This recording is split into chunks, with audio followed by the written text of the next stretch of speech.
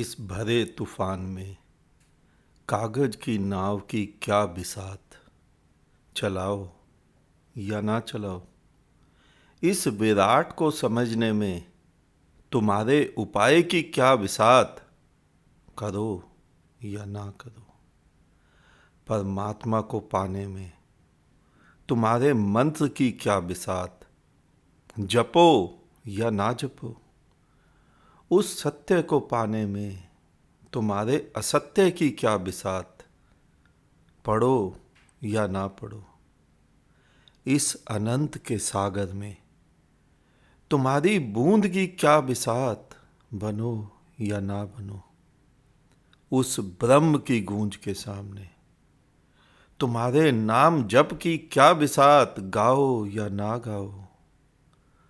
उसके तेज के सामने तुम्हारे यज्ञ की क्या बिसात, जलाओ या ना जलाओ। इस अनंत जीवन के सामने तुम्हारे कुछ वर्षों की क्या बिसात, आओ या ना आओ। तुम जो भी करोगे वो थोड़ा ही होगा, वो अधूरा ही होगा। तुम होकर कभी भी पूर्ण नहीं हो पाओगे। तुम्हारी कागज की नाव चलने से पहले ही पलट जाएगी। तुम्हारी साधनाएं वहां तक पहुंचने से पहले ही सिमट जाएंगी। गीता में जो कृष्ण ने कहा है ना, कि जो जिसको ध्याएगा वो उसी को पाएगा, तुम आधा ही समझे। तुम जो भी करोगे उसी में फंसोगे। किया कि फंसे, बोले कि फंसे, उठे कि गिरे। इसीलिए ही बुद्धों को देखो, फकीरों को देखो, वो कुछ भी नहीं करते। और जो अभी भी करने में विश्वास रखते हैं वो अभी भी कुछ भी नहीं समझे। तुम्हारी पाठ पूजा, हवन, दीपक, साधना, सिद्धि, बाहर के कृत्यों से कुछ भी नहीं होगा। एक तुम्हारे भीतर के दीप के आगे संपूर्ण अंधकार की क्या बिसात, जलाओ तो सही। इस भरे तूफान में कागज की नाव की क्या बिसात, चलाओ या ना चलाओ। इस विराट को समझने में तुम्हारे उपाय की क्या बिसात, करो या ना करो। परमात्मा को पाने में तुम्हारे मंत्र की क्या बिसात, जपो या ना जपो। उस सत्य को पाने में तुम्हारे असत्य की क्या बिसात, पढ़ो या ना पढ़ो। इस अनंत के सागर में तुम्हारी बूंद की क्या बिसात, बनो या ना बनो। उस ब्रह्म की गूंज के सामने तुम्हारे नाम जप की क्या बिसात, गाओ या ना गाओ। उसके तेज के सामने तुम्हारे यज्ञ की क्या बिसात, जलाओ या ना जलाओ। इस अनंत जीवन के सामने तुम्हारे कुछ वर्षों की क्या बिसात, आओ या ना आओ।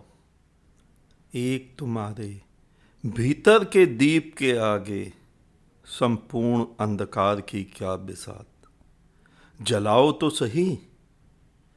तुम्हारे भीतर का एक दीपक इस घने अंधकार को तितर बितर कर देगा।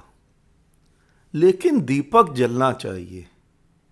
बाहर जो दीपक, जो मोमबत्ती, जो अगरबत्ती तुम मंदिरों, मस्जिदों, गिरजे गुरुद्वारों में जला देते हो, उसकी बात नहीं कर रहा हूं मैं। वो तो तुम जन्मों से जलाते आ रहे हो। तुम्हारे बड़े बूढ़े भी जलाते आ रहे हैं। देखा ही होगा तुमने सभी को जलाते हुए, ना उनका कुछ हुआ और ना ही तुम्हारा कुछ होगा। अगर इसी तरह हो सकता तो धर्म आसान काम था। लेकिन बुद्ध तो कोई करोड़ों करोड़ों में से बनता है। नानक तो कभी कभी कभार ही आता है, क्योंकि बाकी तो बाहर मंदिरों में ही दीप जलाकर प्रसन्न हो जाते हैं। केवल लाल कपड़े पहनकर, तिलक लगाकर धार्मिक होने का मजा ले लेते हैं। केवल टोपी पहनकर, सड़क पर नमाज पढ़कर ही धार्मिक होने का लुत्फ उठा लेते हैं। हिंदू, मुस्लिम, सिख, ईसाई होना बहुत अलग बात और धार्मिक होना बहुत अलग। गीता कुरान की पूजा कर लेना और उस परमात्मा को जानना, उस खुदा को जानना, दोनों बिल्कुल अलग। जमी आसमान का भेद। और मनुष्य की हस्ती भी क्या है कि वो अपने इन छोटे छोटे कदमों से उस परमात्मा के पथ को पार कर सके, उस कालजयी राह को पार कर सके। इसीलिए ही ज्ञानियों ने समर्पण का मार्ग बताया है। और समर्पण को यह मत समझ लेना जो तुम मंदिरों में जाकर बैठ जाते हो कि लो मैं बैठ गया, मेरे बस की कुछ नहीं, अब तू जो करे सो कर। नहीं, ये तो तुमने स्वयं को बचा लिया, अपने को बचा लिया।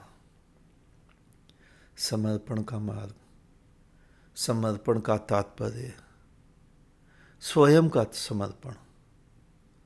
अगर तुम बचे रहे तो कोई भी अर्थ नहीं है तुम्हारे समर्पण का।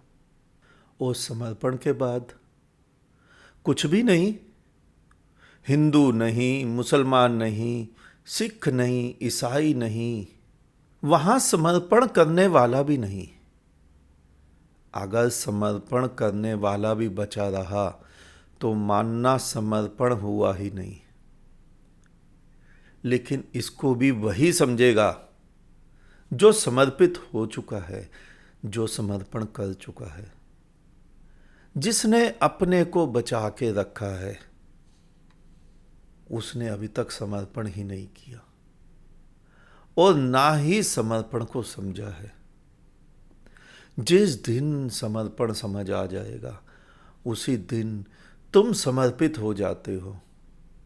और जो समर्पित हो जाता है वहां कुछ भी तो नहीं बचता। समर्पित होने वाला भी नहीं बचता, समर्पण करने वाला भी नहीं बचता।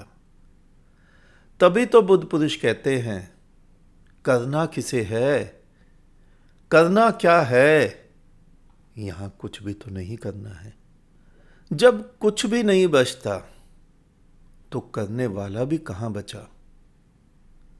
लेकिन लोग तो होते हैं पागल, वो समर्पण भी करना चाहते हैं और समर्पण करने वाले को भी बचाए रखते हैं।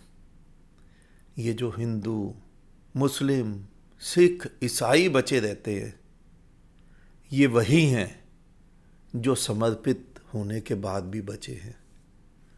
और जैसे ही तुम्हारा समर्पण होता है, जैसे ही तुम मिटते हो, उसी क्षण तुम्हारी जगह बुद्ध का जन्म होता है। तुम ही वो बीज हो जिसमें से परमात्मा रूपी विराट वृक्ष का जन्म होता है। तुम ही वो बूंद हो जो सागर में परिणित होती है। और फिर तुम्हारे समर्पित होते ही, तुम्हारे मिटते ही वहाँ एक घटना घटती है, वहाँ एक क्रांति होती है, वहाँ एक विस्फोट होता है। आज फिर एक परमात्मा पैदा हुआ, आज फिर उसका जन्म हुआ। कभी वो कृष्ण बनकर आता है, कभी बुद्ध बनकर, कभी महावीर बनकर, कभी मोहम्मद बनकर, कभी जीसस बनकर, कभी नानक, कभी कबीर बनकर। हजारों हजारों बार उसका यहां आना हुआ है और भविष्य में भी होता रहेगा। तुम मिटो, तुम मरो, तुम हटो और उसके आने के लिए सिंहासन बनाओ। वो फिर आना चाहता है। तुम भी बुलाना चाहते हो, लेकिन तुम्हें मार्ग नहीं ज्ञात, इसीलिए तुम भटक रहे हो। तुम सोचते हो तुम कुछ करके उसे पालोगे, तुम कुछ करते ही कहाँ हो, तुम कुछ कर सकते ही कहाँ हो। तुम सोचते हो तुमने उस परमात्मा को चुना है, तुम उस खुदा को चुनना चाहते हो। भूल में हो तुम ही उस विराट के द्वारा चुने गए हो, मिटने को, मरने को, गलने को। लेकिन तुम अपनी मैं को पकड़े हुए हो। मनुष्य अपना अहंकार छोड़ना ही नहीं चाहता। बस यही अड़चन है, आखिर तक अपने अहंकार को पकड़े रहता है। सारा का सारा जल उड़ेल देता है, सोचता है लोटा खाली हो गया, और अज्ञानतावश लोटा पकड़े रहता है। यही ना समझी तो तुम सभी करते हो। ये जो हिंदू, मुस्लिम, सिख, ईसाई सभी तुम्हारे खाली लोटे ही तो हैं, और बीच में हो तुम स्वयं को तो उड़ेल देते हो और लोटे को भूल जाते हो और थामे रहते हो लोटे को। बस यही तुम्हारी गलती है, यही तुम चूक करते हो। तुम बदलना नहीं चाहते। तुम हिंदू, मुस्लिम, सिख, ईसाई इनकी धारणाओं को इतने जन्म से ही इतने मजबूती से पकड़े हुए हो कि तुम इस लोटे को नहीं छोड़ना चाहते। बदलाव, जैसे ही तुम मिटते हो एक बदलाव होता है। तुम्हारी जगह बुद्ध का जन्म होता है, तुम्हारी जगह परमात्मा का जन्म होता है। बदलाव प्रकृति का नियम है। तुम्हें भी बदलना पड़ता है, लेकिन तुम जो जन्मे थे तुम वही बने रहना चाहते हो। जो हिंदू के घर में जन्मा था वो हिंदू ही बना रहना चाहता है, जो मुस्लिम के घर में जन्मा था वो मुसलमान ही बना रहना चाहता है। इसी प्रकार सिख, ईसाई, बौद्ध, जैन सभी वही खाली लोटे हैं। बुद्ध का कोई धर्म होता है? फकीर का कोई धर्म होता है? सन्यासी का कोई धर्म होता है? वहां तो मिटना होता है। जो मिटता है वही तो फकीर बनता है। जो मिट गया तो वो मुसलमान कैसे बचा? जो मिट गया वो सन्यासी हुआ, और जो मिट गया वो हिंदू कैसे बचा? तुम्हें ज्ञात होगा, छोटी छोटी चिंगारियां मिलकर बहुत बड़ी आग बना सकती है। आज मैं तुम्हारे भीतर एक चिंगारी लगा रहा हूं, एक ना एक दिन ये भयंकर आग लगेगी, और उस आग में तुम स्वयं भी भस्मीभूत हो जाओगे, और उस दिन ही तुम्हें धर्म का अनुभव होगा। आज तुम सभी अंधों की भांति केवल लोटे को ही पकड़े हो, जन्मों जन्मों से पकड़े हो। पकड़े रहो, लोटा घिसते रहो। हो सकता है कभी लोटे का ही जिन प्रकट हो जाए। चिराग का जिन सुना है ना तुमने? तुम सोचते हो लोटे में से भी जिन प्रकट हो जाएगा। घिसो, खूब घिसो। एक समय निर्धारित कर लो, 50 वर्ष, 70 वर्ष, 80 वर्ष, जब तक इच्छा है तब तक घिसो। लेकिन जब मरने लगो, 1-2 वर्ष बचे, तब भी अगर तुम्हें लगे कि लोटे का जिन प्रकट नहीं हुआ, तुम्हारे हिंदू, मुस्लिम, सिख, ईसाई लोटों से तुम्हें वो परमात्मा नहीं मिला, तब तुम मेरे पास आ जाना। 1 वर्ष, केवल 1 वर्ष मेरे कहे अनुसार चल लेना, तुम्हारा वही लोटा परमात्मा से भर जाएगा। फिर तुम हिंदू भी होते हो तो कोई बात नहीं, फिर तुम मुसलमान भी होते हो तो कोई बात नहीं, क्योंकि वहाँ कुछ होना ही नहीं है। तुम जिसको मर्जी हिंदू कहते रहो, वहाँ कुछ भी नहीं होना है, वहाँ तुम भी नहीं होने हो, वहाँ तो केवल परमात्मा होना है। लेकिन लोटा पकड़कर कुछ नहीं होता। तुम लोटे पकड़कर कभी भी उसे ना पा सकोगे, तुम्हें खूंटियाँ छोड़नी ही पड़ेंगी। अगर तुम्हें भी अनंत आकाश में उड़ना है तो जमीन पर गड़ी हुई इन खूंटियों को तोड़ना ही पड़ेगा। तोड़ दो इन खूंटियों को, और उड़ने के लिए तुम यह मत सोचना कि तुम किसी एक जगह से ही उड़ोगे, मेरे पास आके ही उड़ोगे। नहीं, तुम जहां खड़े हो वहीं से उड़ोगे।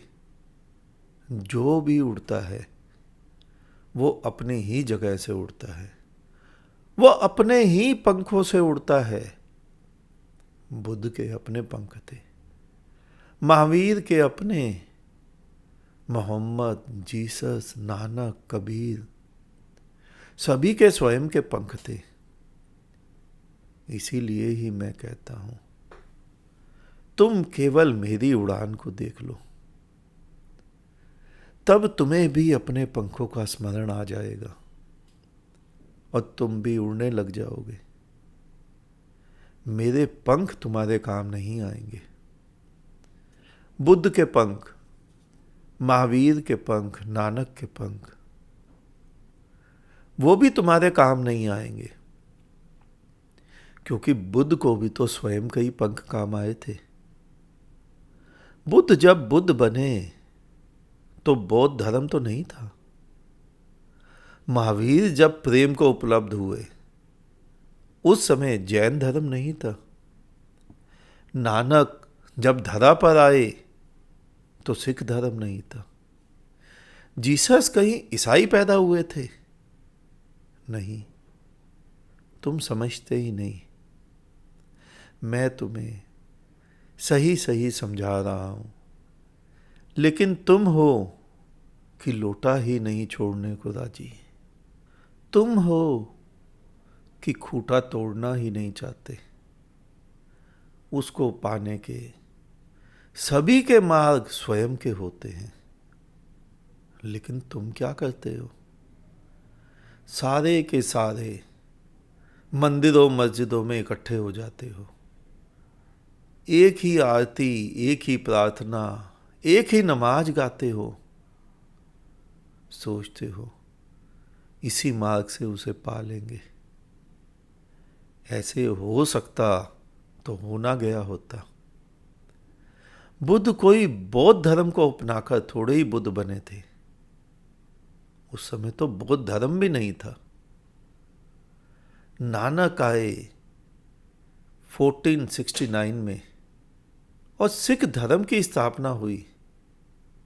उससे पहले तो सिख धर्म नहीं था। तो नानक कैसे पहुंचे? पहले नानक पहुंचे या पहले सिख धर्म बना? तुम समझे ही नहीं। जब पहुंच जाता है कोई व्यक्ति, उसके बाद उसका मार्ग बनता है, उसके बाद तुम अनुसरण करते हो उसका। नानक किसी धर्म विशेष से नहीं पहुंचे। हां, तुम सभी ने अपने अपने मार्ग बना लिए हैं। ये हिंदू, मुस्लिम, सिख, ईसाई मार्ग ही तो हैं तुम्हारे बनाए हुए। दुनिया भर में 360 से ज्यादा मार्ग हैं। सभी दौड़ रहे हैं, परमात्मा प्राप्ति को मैराथन जैसा आयोजन किया गया है। सभी एक मार्ग पर दौड़ेंगे। कृष्ण भक्ति वाले एक मार्ग पर दौड़ रहे हैं, गायत्री वाले एक मार्ग पर, सहज योग वाले एक मार्ग पर, तंत्र साधना वाले एक मार्ग पर, जीवन की कला सीखने वाले एक मार्ग पर, सदगुरु को मानने वाले एक मार्ग पर, कथा सुनाने वाले एक मार्ग पर, ब्रह्म कुमार एक मार्ग पर। सभी ने तो किसी दूसरे का मार्ग चुना और वैसी ही ड्रेस कोड पहन ली और हो गए धार्मिक। ऐसे हुआ जाता है क्या धार्मिक? सिख का एक मार्ग है, मुसलमान का एक मार्ग, ईसाई का एक मार्ग। सभी एक ही मार्ग पर आकर पंक्तिबद्ध खड़े हो जाते हैं। परमात्मा प्राप्ति करनी है या ड्रेस कोड पहनकर मैराथन में हिस्सा लेना है? कर क्या रहे हो तुम? लेकिन सभी भागे जा रहे हैं पंक्ति में लगने को। कभी सोचो 2 क्षण बैठकर कि किस कारण तुम खड़े हो, किसके कारण तुम देख रहे हो, किसके कारण तुम्हारी श्वास चल रही है, किसके कारण मैं बोल रहा हूं और किसके कारण तुम सुन रहे हो। जरा खाली ध्यान में बैठ जाओ, विश्राम में बैठ जाओ, तो पाओगे कि तुम उसे लेकर ही आए हो। जिसको तुम खोजना चाहते हो तुम उसे लेकर ही आए हो। लेकिन तुम्हारे धर्म गुरुओं ने तुम्हें बहका दिया है और तुमने मान भी लिया है कि तुम्हें उसको खोजना है। बुद्ध तुम्हें केवल यही याद दिलाते हैं। बुद्ध कोई उपाय नहीं कराते। बुद्धों के साथ बैठकर तुम्हें भी याद आ जाता है कि वो तुम्हारे भी पास है। और बुद्धों के साथ बैठने को ही सत्संग कहते हैं। इसके अलावा कुछ भी सत्संग नहीं है।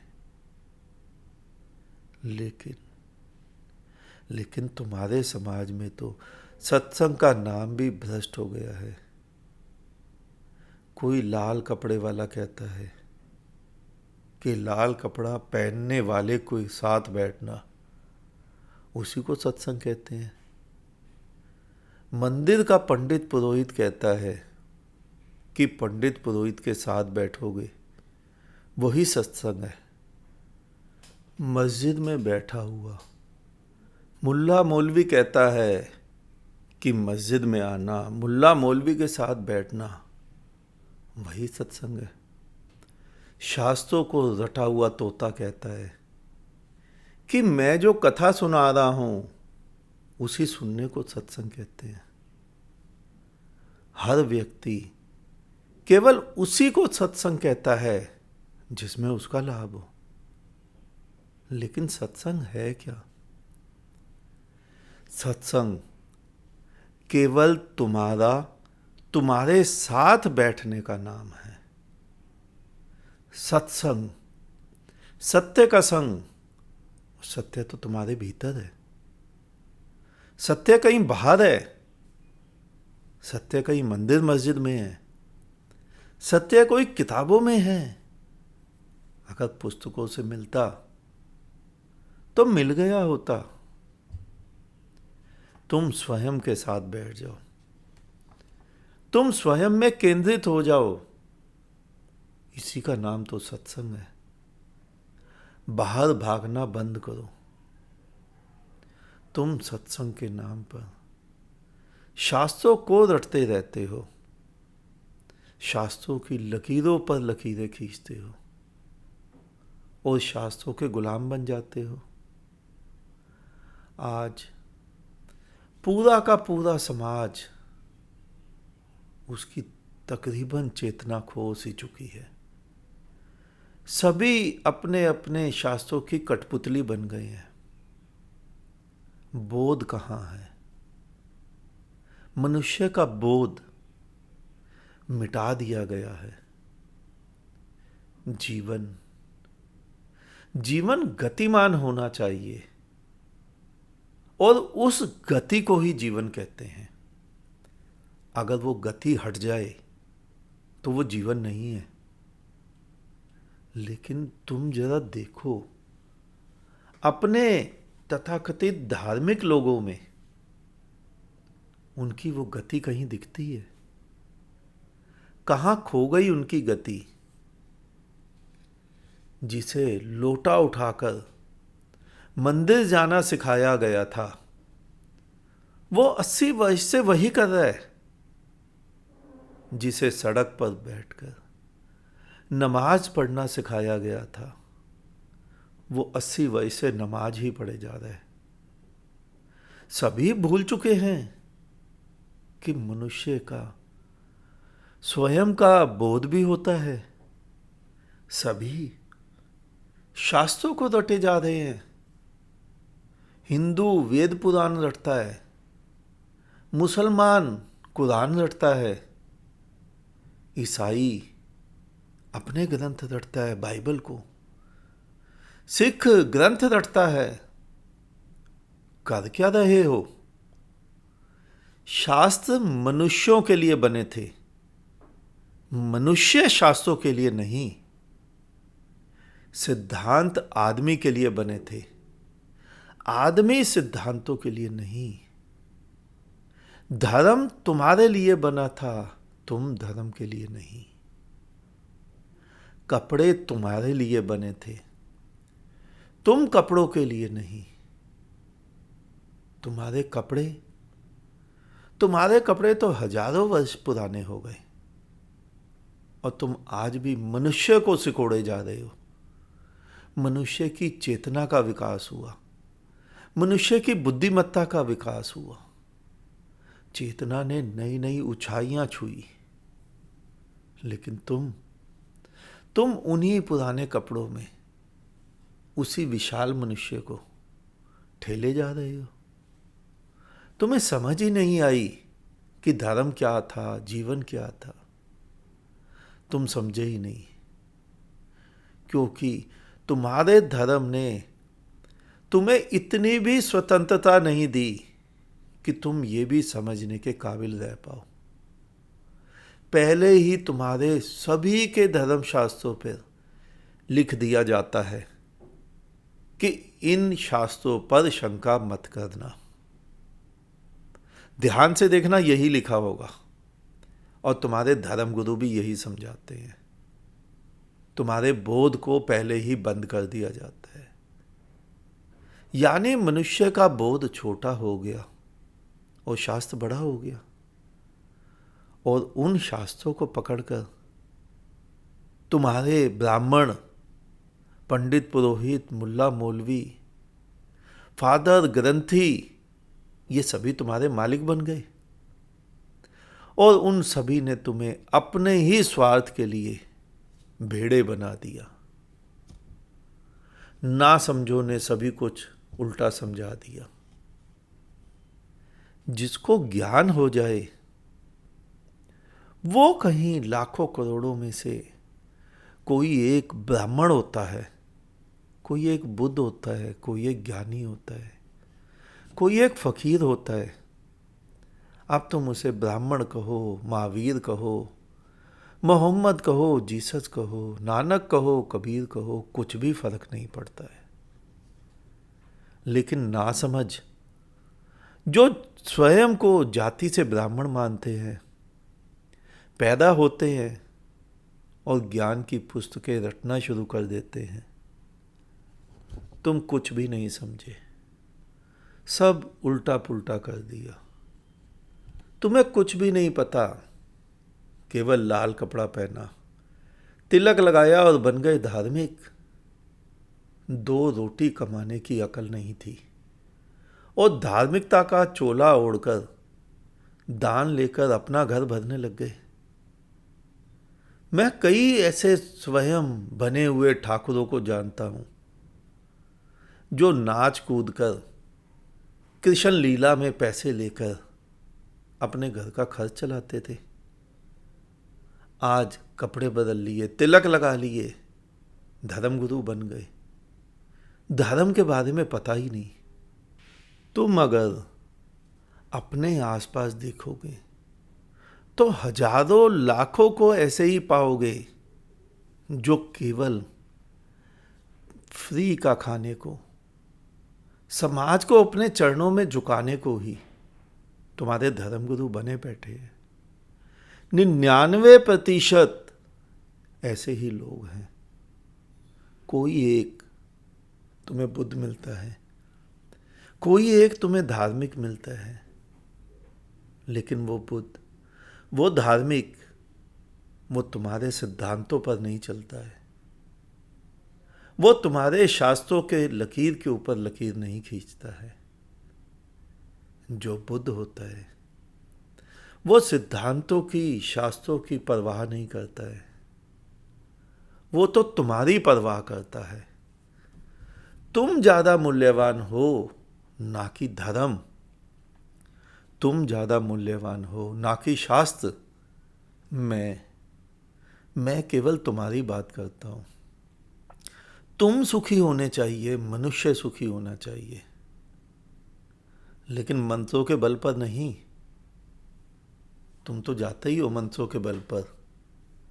कोई दुख निवारण समारोह करा रहा है, मूढ़ महात्मा बनकर बैठ गया है, तुम्हें मंत्र दे देता है सुखी होने का। अगर उस मंत्र से तुम सुखी भी हो जाओ तो भी कोई हर्ज नहीं।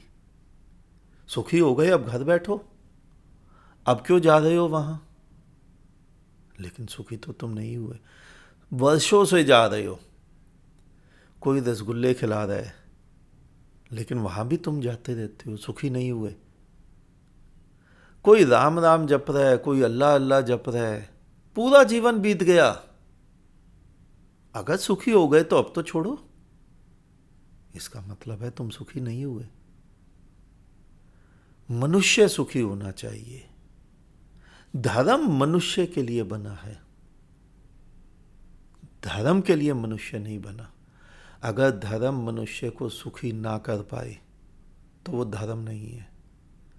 मनुष्य सुखी हो तो उसकी कीमत के लिए चाहे पूरी दुनिया के भी तथाकथित धर्मों की बलि देनी पड़े तो दे देनी चाहिए, लेकिन फल में मनुष्य सुखी होना चाहिए। अगर मनुष्य सुखी नहीं होता तो सारे धर्म व्यर्थ, सारे जप तप व्यर्थ। कैसे मनुष्य सुखी होगा? तुम्हारे धर्मों से तो नहीं होगा। अगर हो सकता तो हो गया होता। तुम्हारे धर्म, उनसे क्यों नहीं होगा? क्योंकि वो सभी धर्म मरे हुए हैं। कभी कोई ज्ञानी पहुंचा होगा इनसे, बिल्कुल सत्य है, तभी तो मार्ग बने। लेकिन वो ज्ञानी जो पहुंचा वो तो पहुंच गया। अब कब तक इन लाशों को संभाले रहोगे? कब तक इन लाशों को ढोओगे अपने कंधों पर? उस जीते जागते परमात्मा को देखो, उस नाचते गाते खुदा के साथ नाचो गाओ। इन धर्मों का क्या लाभ? आज हुआ क्या है? आज धर्म को जिंदा रखने के लिए मनुष्य की बलि दी जा रही है। दुनिया में हजारों लाखों धर्मगुरु बन बैठे हैं, हिंदू, मुस्लिम, सिख, ईसाई, सभी के। और ध्यान से देखना, सबसे ज्यादा पैसे का लेन देन यही लोग करते हैं, इन्हीं के धर्म स्थलों में होता है।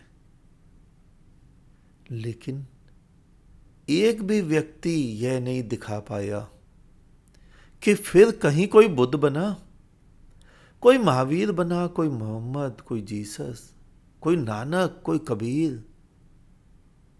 कोई भी तो नहीं। मेरे पास एक व्यक्ति आता था, वो बताता था कि उसके फैमिली डॉक्टर बड़े अच्छे हैं। 20 वर्षों से उसके पिता का जब भी पेट दर्द होता था तो वो डॉक्टर एक बार कहने पर ही आ जाता था और दवाई देकर उसके पिता को ठीक कर देता था। वो उसका गुणगान गाता नहीं थकता था। मैंने कहा, डॉक्टर अच्छा नहीं था, बिल्कुल तुम्हारे धर्म गुरुओं की ही तरह होगा। देखना, जरूर वो किसी धर्म स्थल पर रोज जाता होगा। उसके हाथ सूक्त लग गया कि यजमान के बुलाने पर फटाफट भागे चले जाओ। उस वक्त के लिए उपचार करो, मंत्र पढ़ो, हवन यजन करो, अपनी दक्षिणा लो और वापस आओ, क्योंकि कुछ समय बाद यह प्रक्रिया फिर करनी है। मैंने कहा कि कैसा नासमझ डॉक्टर होगा जो एक बीमारी को 20 वर्षों से ठीक नहीं कर पा रहा है। यही तुम्हारे साथ भी तो हो रहा है। तुम समझ ही नहीं पा रहे हो। तुम्हें पैदा होते ही धर्म नाम की एक वस्तु दे दी गई जिसे तुम धर्म कहते हो, और वो नाम का धर्म है क्या? बुझा हुआ दीपक है। और कह दिया गया तुम्हें, समझा दिया गया तुम्हें कि लो, अब तुम इस बुझे हुए दीपक से अपना मार्ग खोज लो, अपना परमात्मा खोज लो, अपना खुदा खोज लो। अब बुझे हुए दीपक से कोई भी व्यक्ति कैसे मार्ग खोजेगा? उसका तो एक ही उपाय है कि वह अपने भीतर का दीपक जलाए और उसके प्रकाश में परमात्मा को खोजे, अपने खुदा को खोजे।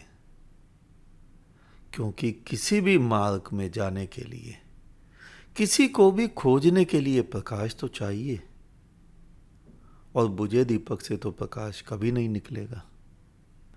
और जब एक बार तुम्हारा दीपक जल गया, फिर वो व्यक्ति जहां भी चलेगा अपना जला हुआ दीपक लेकर वहीं चलेगा। अब बताओ, उसके आगे कभी भी कहीं भी अंधेरा टिकेगा? क्योंकि जैसे जैसे तुम दीपक लेकर आगे बढ़ोगे, वैसे वैसे अंधेरा मिटता जाएगा। लेकिन धर्म के नाम पर तुमने क्या क्या मूर्ताएं ढोली हैं, और उन्हीं मूर्ताओं को ढोने को ही तुमने धर्म मान लिया है। तुम में से जितने भी हठ योग करते हैं, शमशान में जाकर मूर्ताएं करते हैं, पूरी पूरी रात सर्दियों में पानी में खड़े रहते हैं, धूप में एक टांग पर खड़े रहते हैं, सिर के बल उल्टे खड़े रहते हैं। ये क्या है? ये तुम्हारा ही तो पागलपन है। पागलपन की हद है। मैं भी एक ऐसे ही व्यक्ति को जानता था जो एक हाथ उठाए रहता था। हाथ सूख गया, लेकिन उसे अकल नहीं आई कि परमात्मा के दिए जीवन का मैं निरादर कर रहा हूं। मैं यह कह रहा हूं कि तुझे अकल ही नहीं है, तुझे आदमी का एक हाथ बनाना था और तूने 2 हाथ बना दिए। देख, तेरी गलती का मैं तुझे उल्हाना दे रहा हूं। इसीलिए ही मैं पूरा जीवन एक हाथ उठाकर ही खड़ा हूं। यह कौन व्यक्ति है? ये बेचारा कहीं भूखा मर रहा होगा, खाने को रोटी नहीं मिल रही होगी। उसने सोचा नाटक ही कर लूं। शायद ऐसे ही तपस्या दिखाने से ही लोग दान दक्षिणा दे दें, और उसकी सोच बिल्कुल ठीक ही बैठी। तुम भी तो ऐसे ही मूढ़ों को पूछते हो। इन्हीं को तो तुम त्यागी, सन्यासी, महात्मा, धार्मिक कहते हो। ध्यान से देखना, एक मनुष्य के अलावा 84 लाख योनियों में से और कोई भी जीव जंतु ऐसी मूर्ताएं नहीं करता। और इसकी सफाई में तुम्हारे महात्मा कहते हैं कि उनमें विवेक नहीं है। तो ये है तुम्हारा विवेक कि तुम ईश्वर की बनाई हुई देह का निरादर करो, पूरा जीवन उसे उलाहना दो कि तूने गलती की, हमें पैदा कर दिया। अब की बार हम ऐसी ऐसी मूर्ताएं करेंगे कि तू हमें जन्म ही ना दे पाए। तुम कर क्या रहे हो? मैं इसीलिए ही कहता हूं कि धर्म का कोई भी लेना देना हिंदू, मुस्लिम, सिख, ईसाई से नहीं है। धर्म का मतलब केवल तुम्हारे बोध के जागने से है और कुछ भी नहीं। धर्म क्या है, ब्रह्म ज्ञान क्या है, बोध क्या है, केवल समझना ही तो है। ब्रह्म ज्ञान क्या है? ब्रह्म ज्ञान प्रेम का ही तो नाम है। ब्रह्म परमात्मा प्रेम का ही तो नाम है। गीता समझने वाले कहते हैं, कृष्ण ने कहा सर्वधर्मान परित्यज्य, यानी सभी प्रकार के कर्तव्यों को छोड़ दो। कर्तव्य, तभी तो आज तक कोई भी ब्रह्म को नहीं जान पाया है। ब्रह्म का कोई भी तो लेना देना नहीं है कर्तव्य से। ब्रह्म का लेना देना तो प्रेम से है और कुछ भी तो नहीं। लेकिन तुमने तो कहानियां सुन रखी हैं, तुमने तो नाम सुन रखे हैं, तुमने तो शब्द सुन रखे हैं, और उन्हीं नामों में, कहानियों में, शब्दों में तुम फंसे हुए हो। जैसे कीट पतंग फंस जाते हैं मकड़ी के जाले में और फिर उस जाले से जिंदा बच के निकलना नहीं हो पाता, वैसे ही तुम भी फंसे हो उन्हीं कहानियों में, धारणाओं में। अब तुम वहां से जिंदा कभी नहीं बच सकते। और तुम्हें कोई जबरदस्ती वो कहानियां सुनाता है? नहीं। तुम हिंदू के घर पैदा हो जाते हो तो स्वयं मंदिरों में सिर कटवाने चले जाते हो कि लो मैं आ गया धर्म के लिए बलि बनकर।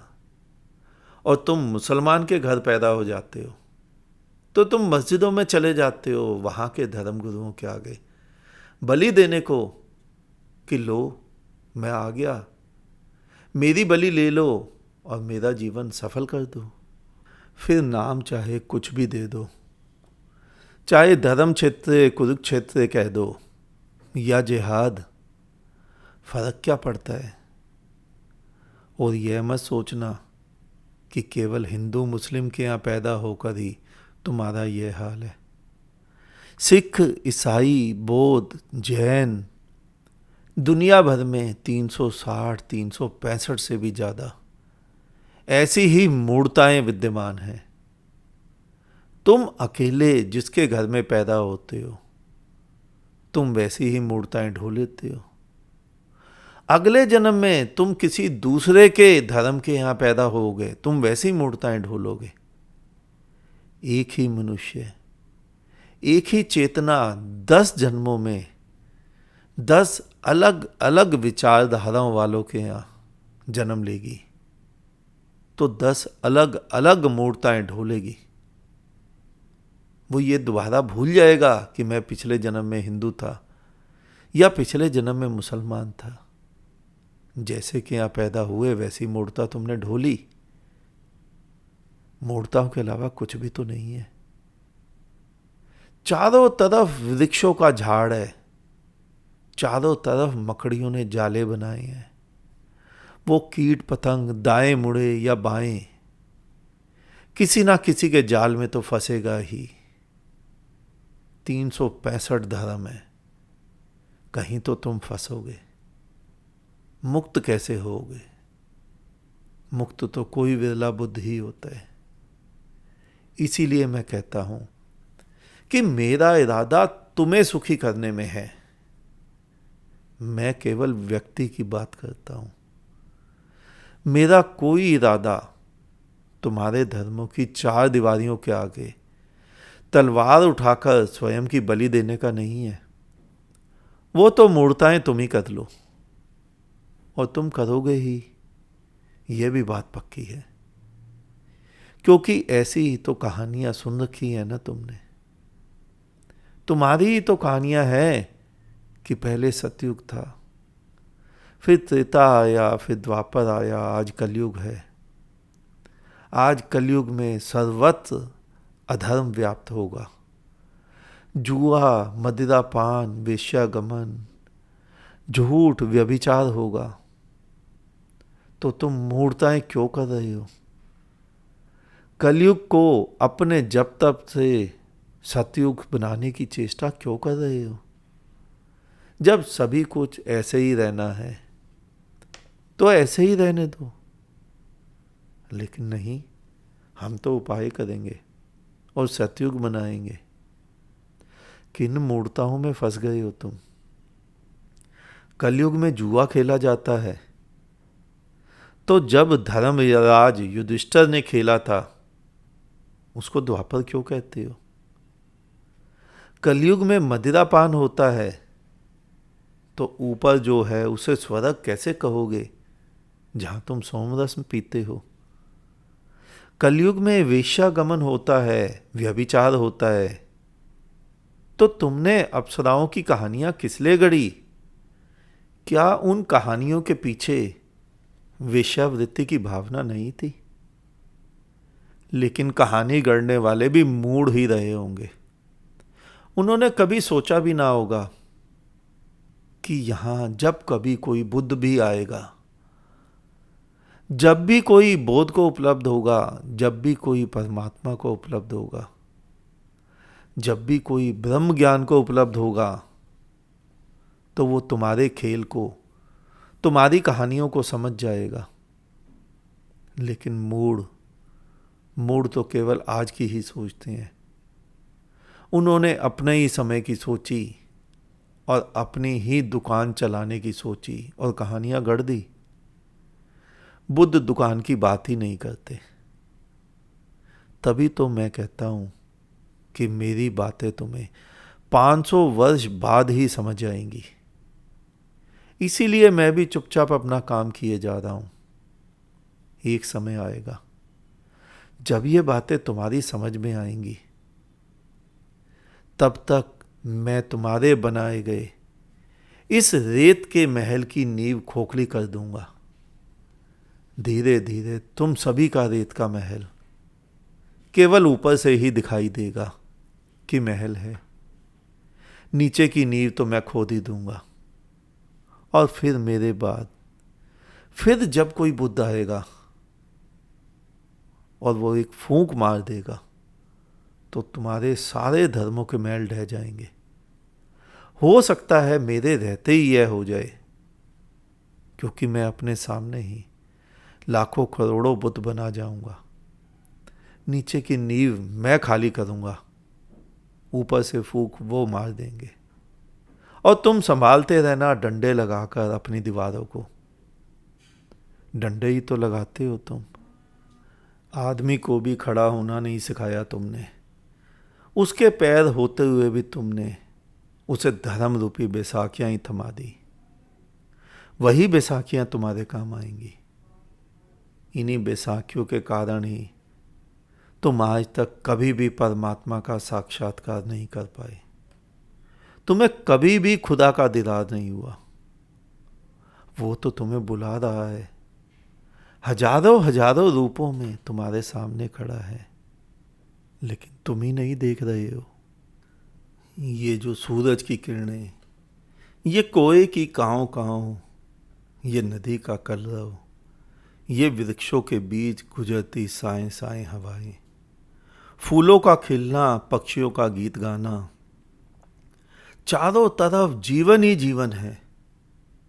जिसे तुम जड़ कहते हो, तुम्हारे कंकड़ पत्थर, उसमें भी विज्ञान कहता है जीवन है। वो जीवन के रूप में तुम्हारे सामने बाहें फैलाए खड़ा है, लेकिन तुम्हारी ही आंखों पर धर्म रूपी पट्टी बंधी है। तुम्हें दिखाई ही नहीं दे रहा। वो तुम्हें कोने कोने से बुला रहा है। उसकी आवाज आ रही है और उसी आवाज को तो ब्रह्मनाद कहते हैं। तुम ब्रह्मनाद सुनना चाहते हो, वो ब्रह्मनाद कर रहा है, लेकिन तुम सुन ही नहीं रहे। इसी को, इसी वाणी को, इसी आवाज को, इसी संगीत को ब्रह्मनाद कहते हैं। लेकिन तुम तो कुछ और ही मूर्ताएं पाले रहते हो। तुम मूर्ता भरे कृत्यों को ब्रह्मनाद कहते हो। कोई 2,500 सितार बजाने को ब्रह्मनाद कहता है। तुम्हें पता ही नहीं चलता। तुमने आंखों की पट्टी खोली कि तुम्हें वो दिखाई पड़ा। तुम जागे कि तुम्हें ब्रह्मनाद सुनाई पड़ा। लेकिन मूर्छा इतनी गहरी है, तुम्हारे ऊपर शास्त्रों का, परंपराओं का, विचारों का बोध इतना लाद दिया गया है कि उसके नीचे मनुष्य बेचारा दब गया है। और उस बोझ के साथ साथ तुम्हारी छाती पर चढ़कर बैठ गए हैं तुम्हारे धार्मिक गुरु। तुम अगर कहीं से बाहर निकलने की कोशिश भी करते हो तो वह तुम्हें बहला फुसलाकर या नरकों का भय दिखाकर फिर उस बोझ तले वापस खिसका देते हैं। तुम भी नरक के भय से वहीं सिमट जाते हो। तुम्हें भी समझ नहीं आता कि जो जीवन तुम भय के कारण और प्रलोभनों के कारण जी रहे हो, वही तो नरक है। अब इससे बड़ा कोई और नरक क्या होगा? और ध्यान से देखना, ये नरक ही है। यह तो इस बात से भी प्रमाणिक होता है कि तुम स्वर्ग जाने के, बैकुंठ जाने के, गोलोक जाने के उपाय ही तो किए जा रहे हो। यानी तुम माने ही बैठे हो कि यहां स्वर्ग नहीं है, यहां बैकुंठ नहीं है, यहां गोलक नहीं है, यहां नरक ही है। यही होगा, यही गलतियां करोगे तुम जब तुम किताबों से, मंदिरों मस्जिदों से, गिरजे गुरुद्वारों से धर्म को खोजोगे, उस परमात्मा को खोजोगे, उस अल्लाह को खोजोगे। धर्म को किताबों में पढ़ोगे, धर्म को याद करने का प्रयास करोगे। धर्म कोई 2-2 4 का पहाड़ा नहीं है जिसे तुम रट लोगे और समझ आ जाएगा। धर्म तो एक आग है जो किसी विरले के भीतर ही जलती है, जलती भी भीतर है और सबसे पहले जलाने वाले को भी जला देती है, भस्मीभूत कर देती है। जिसे धर्म चाहिए हो उसे किसी बुद्ध का संग करना चाहिए, किसी ऐसे मस्त के पास बैठना चाहिए जिसके भीतर आग लगी हो। वही कुछ कराएगा, वही समझाएगा। जप तप व्रत अनुष्ठान कराएगा, साधना सिद्धि कराएगा। ऐसी मूर्ता मत पालना। नहीं, वो ऐसी कोई भी मूर्ता नहीं कराएगा और ना ही इन मूर्ताओं से धर्म का कुछ भी लेना देना है। आरती प्रार्थना का लेना देना हिंदू से तो है, ईश्वर से नहीं है। नमाज का लेना देना इस्लाम से तो है, लेकिन अल्लाह से नहीं है। तो बुद्ध कुछ भी नहीं कराएगा। केवल बुद्ध के साथ बैठ बैठकर तुम्हारे भी भीतर का दीपक जल जाएगा, तुम्हारे भी भीतर आग लग जाएगी। बुद्ध तो मरा था वहां, उसके पास बैठ बैठकर तुम भी वहीं मर जाओगे। बस ऐसे ही होता है व्यक्ति धार्मिक। धर्म, बुद्धत्व, बोध, जागरण, ये तो एक छूत का रोग है। छूत का रोग सुना है ना तुमने, जो छूने से फैलता है। लेकिन धर्म का रोग, बुद्धत्व का रोग बिना छुए केवल साथ बैठने से ही फैल जाता है। तुमने मेरे कई लेक्चर, उसके आरंभ में एक बैनर देखा होगा, 2 दीपक आते हैं, एक जला दूसरा बिना जला। लेकिन ध्यान से देखना, बिना जला दीपक केवल साथ रखा है, बाती से बाती भी नहीं सटी हुई, लेकिन फिर भी कुछ ही क्षण में दूर होते हुए भी वो जल जाता है। अब बताओ, पहले दीपक ने दूसरे दीपक को कुछ दिया? नहीं। पहले दीपक में से कुछ घटा? नहीं। दूसरे ने पहले से कुछ लिया? नहीं। दूसरा दीपक पहले से छोटा या बड़ा हुआ? नहीं। ना दिया ना लिया, लेकिन दोनों ही दीपक एक जैसे हो गए, अपने ही तेल से, अपनी ही बाती से। मैं इसीलिए ही तुम्हारी गुरु शिष्य परंपरा, छोटा बड़ा होना, इन सभी परंपराओं का विरोध करता हूं। यहां धर्म के क्षेत्र में, जागरण के क्षेत्र में, अध्यात्म के क्षेत्र में ना तो कुछ दिया जाता है और ना ही कुछ लिया जाता है। तो कौन गुरु कौन शिष्य? दोनों ही तो बुद्ध हैं, दोनों ही तो समान हैं। तिल भर का भी तो भेद नहीं है। ये जो तुमने दीक्षा में मंत्र लेना, मंत्र देना की मूर्ताएं पाल रखी है ना, ये मूर्ता ही है, इससे कुछ भी नहीं होगा। और जो जो धर्म गुरु तुम्हें नीचा दिखाकर स्वयं गुरु, सदगुरु, ठाकुर, छोटा ठाकुर बना बैठा है और तुम्हारे रुपयों को दान लेकर अपनी तिजोरी भर रहा है, वो कुछ भी नहीं जानता धर्म के विषय में। वो अभी नासमझ है, वो अभी भी सोया हुआ है। मैं भी पहले एक कृष्ण भक्ति संस्था में जाता था।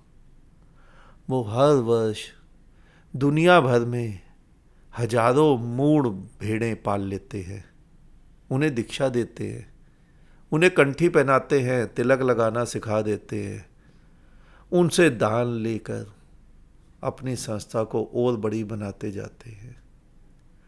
उन लाखों में से एक भी व्यक्ति ऐसा नहीं है जो आज तक परमात्मा को उपलब्ध हो पाया हो। उन्हीं भेड़ों में से कोई भेड़ नाम कृष्ण प्रिया दास रखकर व्यभिचार में लिप्त रहती है, तो कोई भेड़ नाम वृंदावन चंद्र दास रखकर दूसरे से अपने पैर पुजवाकर खुश होता रहता है। एक को भी धर्म का पता नहीं चला। हाँ, सभी को धार्मिक वस्त्र पहनना आ गया, धार्मिक चिन्ह लगाने आ गए।